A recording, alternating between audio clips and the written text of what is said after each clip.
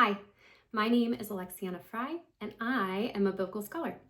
I have a PhD in Hebrew Bible or Old Testament from Stellenbosch University, and I'm currently employed as a postdoctoral scholar at the University of Copenhagen here in Denmark, in which I utilize interdisciplines and interdisciplinary work to understand both the past and the present.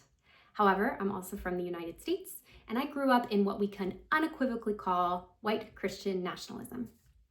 While I do a lot of things for work, some of the work I do involves keeping track of how the Bible is being wielded in regressive political movements. In particular, one of the things I've been keeping track of is the current rhetoric on the right and within white Christian nationalism to proclaim that empathy is a sin.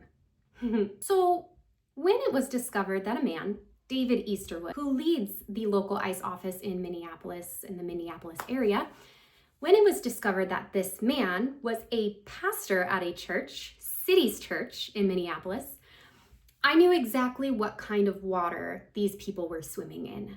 Joe Rigney, who is the guy who literally wrote a book called Leadership and the Sin of Empathy, is also a pastor at this church. In the aftermath of these protests, in which, of no surprise to anyone, really only Black people got arrested, Black journalists and Black activists, even though they were a mixed party. Because of what I do for work, I watched some pretty interesting takes proliferate on the other side of the political spectrum. While these responses were completely unsurprising to me, they are still deeply, deeply depressing and sad. What's difficult is in a lot of ways, these folks are proclaiming that you are being lied to, that the tragedy happening in Minneapolis is not that ICE is a government-supported rogue militia that's terrorizing people, but that there are people who would obstruct justice by getting in the way of ICE. I'm fairly certain that these people do not know an actual thing about immigration law, because all of us who do know a thing or two about immigration law have been screaming about the lawlessness of DHS basically for the entirety of its existence. All of this to say, none of what's happening in Minneapolis, unfortunately, is new or news. It's just happening to white people now. This is to say that DHS has long been in violation of international humanitarian law and just general human rights. If you're interested in the phenomenon of why, in the aftermath of protests occurring at churches in which pastors are also ICE field officers, that they are the ones who are the real victims in Minneapolis. I've got some books that can help you understand this really fascinating move that involves a projection of their own shame, along with some steaming hot cognitive dissonance so that they can maintain their own power and not have to deal with any of that shame or accountability. Because, fun fact, all of these people who say they're against empathy, they're not actually against empathy.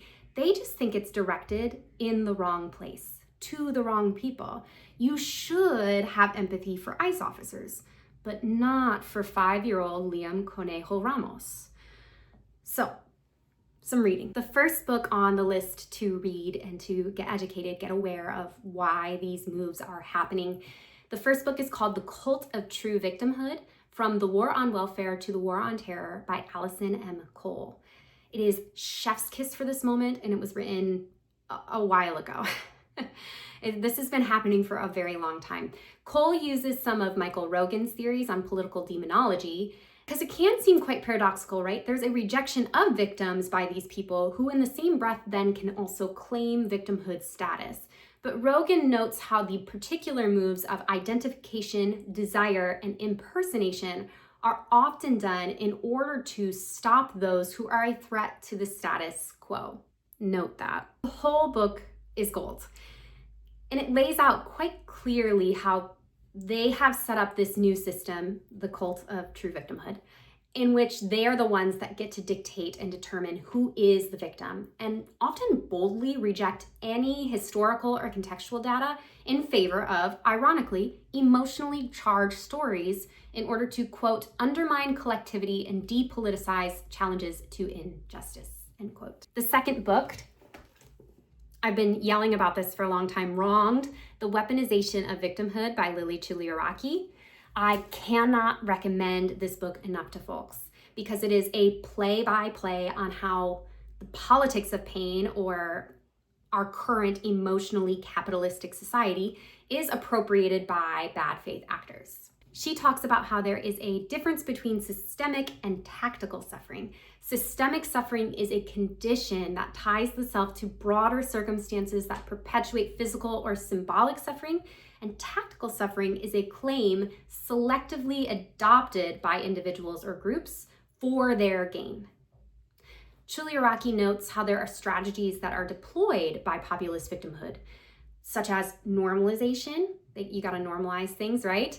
Militarization and obfuscation, as well as symbolic tropes of cruelty that are used when they're talking about suffering that's currently occurring that you apparently should not pay attention to, like the effective centering of the already privileged in stories about how they harm others, idealization or the making of a perfect victim, linguistic reversal, so that flip of the victim and the perpetrator, semantic disidentification, which delegitimizes those speaking out, and temporal projection, where pain resides in an imagined future of unsubstantiated fear. Chuliaraki argues that we need to analyze claims to pain with a particular heuristic given all of these claims to victimhood and all of these false claims to victimhood, which I'm sure the right would agree with, that we have all of these false claims to victimhood. But notice, they don't want to actually take many of these cases to trial because they actually know they will factually lose. They are on the wrong side. They are doing lawless things,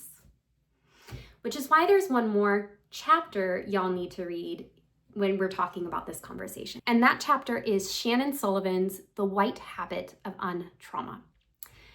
Sullivan talks about how, quote, to be white, one must not know cognitively or effectively the racialized trauma, current and past, near and far, that feeds into and sustains one's existence, end quote. She continues, adding that, quote, a great deal of the emotional labor that white people undertake to remain effectively numb to people of color is performed unconsciously, end quote. That is to say that if one were to actually feel with their neighbors or be empathetic, it would likely be devastating, and it would also make them have to struggle with the meanings and effects of their untrauma. That is to say that if they feel with their neighbors who are actively being terrorized and have long been actively terrorized, they would have to change their lives, period.